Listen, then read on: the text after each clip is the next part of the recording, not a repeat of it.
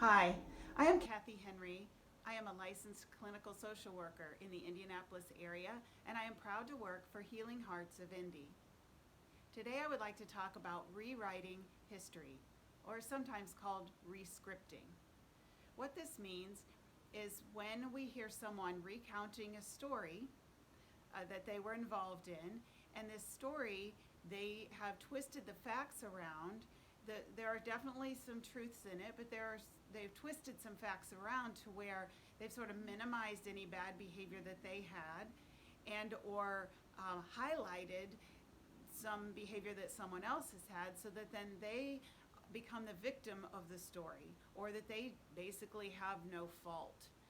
This is happens a lot in relationships, and I mean, it can happen at work, it can really happen anywhere. And the more times they tell the story, the more true the twisted version becomes with these twisted facts. Eventually, they are telling a very different story than what actually happened, and they truly believe it. And that's why they are so convincing when they tell their story. What this does to people when you are on the receiving end of this is it's basically gaslighting. It's a manipulation of the facts to make you question your own version of what happened. And it's impossible to argue with them because they've come to truly believe their twisted version, their rewritten history, their rescripting. And who wouldn't? I mean, who wants to be at fault when something happens? So it's a much easier truth to believe when you've rewritten the facts to where you're not at fault for anything. So why do people do this? As cystic as it sounds, it's not, in my opinion, a conscious or a malicious behavior. It may seem like it because it happens so often, but the truth is that they often have childhood wounds or trauma in their lives that is so painful that they just cannot admit to fault, that they cannot allow that to be the truth. So they almost have to rescript in order to be able to live with themselves.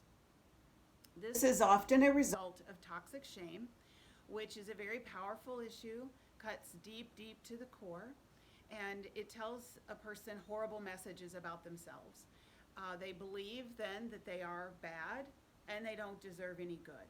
And if anyone knew the truth about them, then that they would be left alone. And that's terrifying. No one wants to be left alone. In fact, we're all hardwired for connected relationships, human relationships, and so it feels like death, in fact, to allow those toxic, shameful messages to ourselves, to have there be any truth to them whatsoever.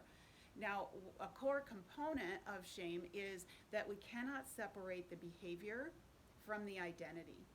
So when we are rewriting history, we are basically scrambling to find any way that we can to justify our behavior or minimize our behavior so that we are not so bad.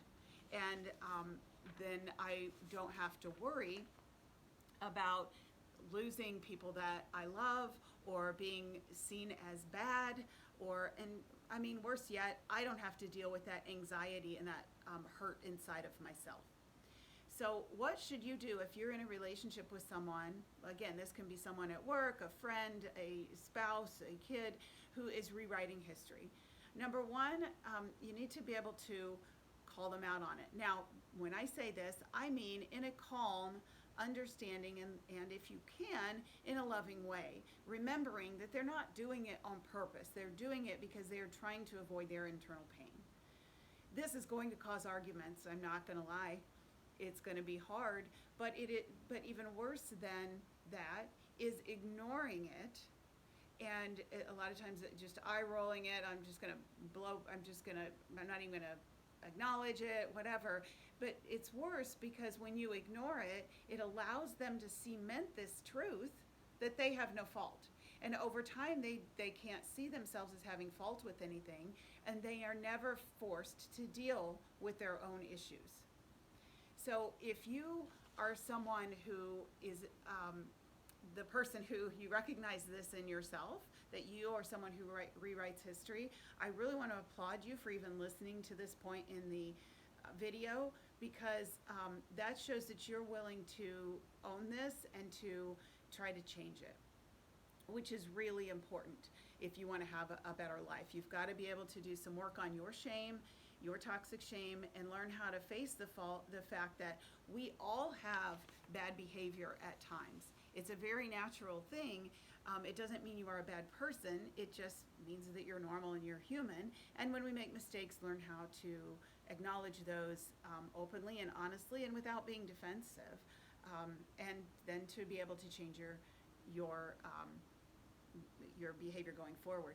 So doing that shame work allows you to own your own behavior without feelings of anxiety, worthlessness, fear of abandonment, and so forth, that used to come with someone calling you out on or recognizing your own bad behavior.